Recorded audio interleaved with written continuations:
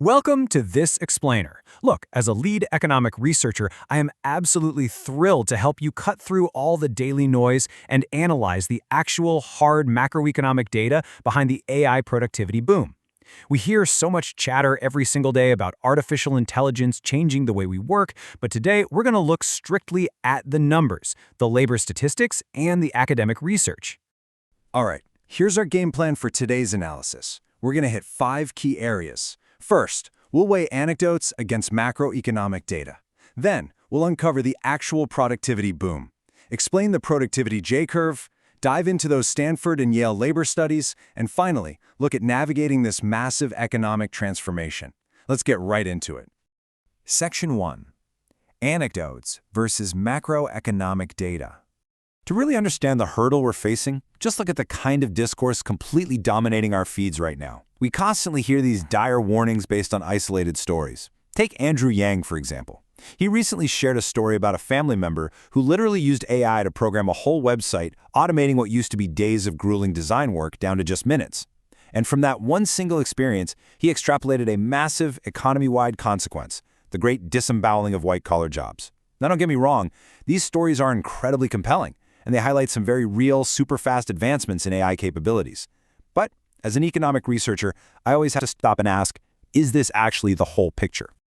It is just so tempting, isn't it, to rely on these hyper-local stories and try to guess the future of work based on what one person or one startup just did. But to truly understand a structural shift in the entire economy, we've got to zoom out. We absolutely must look at the broad macroeconomic indicators, the aggregate national labor statistics, and the hard evidence. Moving right along to Section 2, Uncovering the Productivity Boom. So Stanford economist Erik Brynjolfsson points to a pretty massive downward revision recently made by the Bureau of Labor Statistics. They went back and revised last year's job numbers down, essentially wiping out 400,000 jobs from the previously estimated statistics. Originally, everyone thought we created 584,000 jobs, but actually that net gain was revised all the way down to just 181,000. Now, normally, losing 400,000 jobs from the ledger sounds like a huge red flag for economic weakness, right? But hold that thought for a second, because we really have to look at the other side of this economic equation. Despite that massive drop in the number of jobs, the U.S. economy actually remained incredibly strong. I mean, just look at this output. We saw robust GDP growth hitting a solid 4.4% in Q3. And for Q4, the provisional statistics are showing growth at 3.7%, with the Atlanta Fed projecting an even higher 5.4%. So what we have here is an incredibly strong year overall for the U.S. economy in terms of sheer output. But, and this is the kicker, it was achieved with significantly fewer workers than we originally thought. So the absolutely crucial point here boils down to a very simple mathematical relationship. On a macroeconomic level, productivity is basically calculated as gross domestic product, your GDP, divided by the total number of workers in the economy. It's just a simple fraction. If your numerator, GDP, stays remarkably high, but your denominator, the number of workers, suddenly drops, well, your overall productivity absolutely skyrockets. And that brings us to this vital number. Because of that downward worker revision stacked against a high GDP, Erik Brynjolfsson estimates productivity growth is hitting 2.7%. To put that into perspective for a second, that is almost double the average pace we've seen over the entire past decade. If AI is indeed the engine driving this, it would be a major break from historical patterns and a massive indicator of just how uniquely powerful this technology really is. All right, Section 3, the productivity J-curve explained. Historically speaking, at basically every major technology paradigm shift, there is a huge lag between when a new technology appears and when we actually see the productivity jump in the hard data. The legendary economist Robert Solow famously pointed this out way back in 1987 regarding computers. He said, "You can see the computer age everywhere but in the productivity statistics." And he was totally right.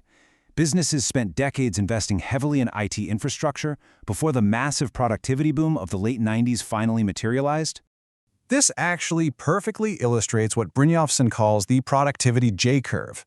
It's a really neat framework explaining how general-purpose technologies, things like the steam engine, the computer, and now AI, actually behave out in the wild. In the early and interim years, measured productivity is actually suppressed because resources are being diverted. Companies are experimenting, they're restructuring, training staff, and investing in new, often completely intangible processes. It takes time. But then we hit the later years, what we call the harvest phase. This is where all those earlier investments finally manifest as real, measurable economic output. Brynjolfsson is arguing that the updated data strongly suggests we are right now transitioning out of that suppressed investment phase and catapulting straight into the harvest phase. Let's dig into the specific research in Section 4, Stanford and Yale Labor Studies. So, last August, the Stanford Digital Economy Lab and the Yale Budget Lab released this fascinating study called Canaries in the Coal Mine. Their initial finding pretty clearly showed that white-collar hiring, especially for early career workers, had really slowed down. But as good economic researchers always do, peers jumped in and raised some highly valid criticisms. The main critique? The study's timeline began right around the release of ChatGPT in November 2022. Critics rightfully pointed out that large enterprises weren't really using AI at scale yet, and they asked a vital question. Could the sharp interest rate hikes of 2022 actually be the real reason hiring slowed down, rather than AI? Well, the researchers recently published a follow-up to address those exact critiques, and their findings are super important. First, they noted that yes, while interest rates absolutely affect overall employment, the existing evidence doesn't show them to be a good explanation for the disproportionate decline specifically in entry-level hiring for AI-exposed occupations. Second, and this ties perfectly back into our J-curve theory, they found that when applying the broadest set of economic controls, the timing of the employment decline uniquely tied to AI actually becomes significant only in 2024. Basically, it took a bit of time for the structural shift to actually materialize in the hiring data. However, as researchers, we always need to keep our objective hats on and evaluate all sides of the data. Economist Guy Berger cautions that inferring a massive AI productivity boom strictly from that specific BLS downward revision is actually pretty thin evidence. Why? Well, if you look closely at the revised statistics, the jobs that were removed from the ledger were largely government workers, mining and logging roles, transportation, and manufacturing. These are sectors that are definitely not primarily exposed to generative AI disruption right now. So, while the macro equation of productivity looks completely incredible, the granular, sector-by-sector data tells a slightly more complicated story. Which brings us to Section 5, Navigating the Economic Transformation. Regardless of the exact data nuances, we are seeing some absolutely clear stress signals in the white-collar sectors. The Kobe-SC letter recently reported a staggering statistic. Right now, there are just 1.6 job openings per 100 employees in the professional and business services sector. Guys, that is an 11-year low. It's less than half the ratio we saw back in 2021, and it's even lower than the bottom of the 2020 pandemic. Total job openings in this sector are down by 1.4 million since their peak in early 2022. The data strongly suggests we're looking at an accelerating white-collar recession. What's really striking here is how this data is penetrating the political sphere. Looking at the landscape totally neutrally, we are seeing real bipartisan recognition of this disruption. Take Republican Representative Jay Obernolte, for instance. He actually holds a master's degree in AI and worked in tech for decades. He pushes back on the idea of total apocalyptic job loss, but he explicitly acknowledges the incoming shift. He emphasizes the reality of job displacement, the urgent need to reskill workers, and the absolute necessity of building a social safety net for those caught in the transition. And similarly, coming from a completely different political base, Democrat Senator Elizabeth Warren echoes that exact same urgency.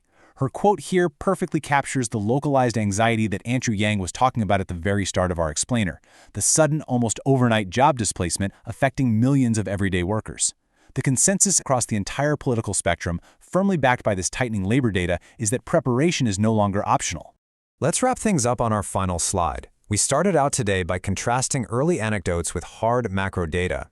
And what we've discovered is that the macro data, from a 2.7% surge in productivity to a stark 11-year low in white-collar job openings, is finally beginning to align with those early localized stories. The J-curve is curving upward, folks. We are officially entering the harvest phase. So I leave you with this question to chew on.